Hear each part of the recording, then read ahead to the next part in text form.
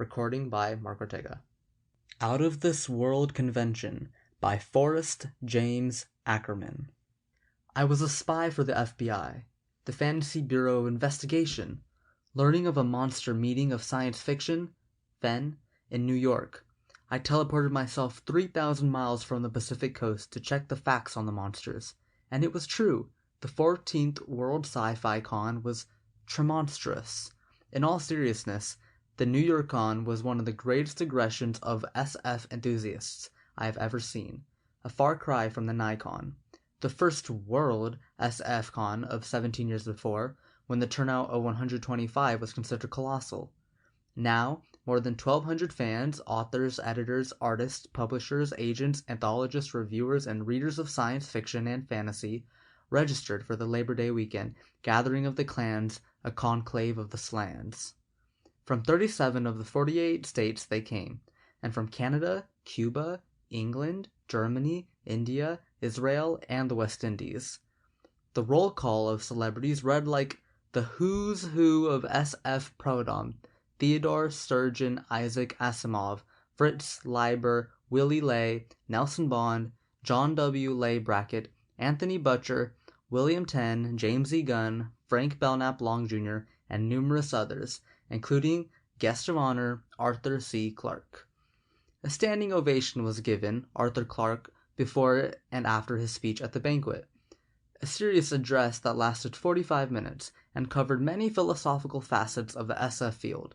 Especially rousing hands were given two of the real old-timers present, artist Frank R. Paul, guest of honor of the first convention, and Out of the Ark, the man who once was assistant to Thomas Alva Edison, the pioneer novelist of scientific romances, and the man who discovered the golden atom, Ray Cummings. World-famous cartoonist Al Capp gave a hilarious speech at the banquet Sunday night. Other large laughs became garnered on the occasion by Isaac Asimov and Anthony Boucher, Robert Bloch again proving that he has no peer as a master of ceremonies. The masquerade ball was filmed for televising and was a sight for bugging eyes. Extraterrestrial glamour girls came in spectromatic colors. One, Ruth Landis of Venus, formerly New York, was a verdant beauty, fresh as a breath of chlorophyll, while tall Tom Otterson, a recent import from England, had the judges agreeing that just looking at her was an education.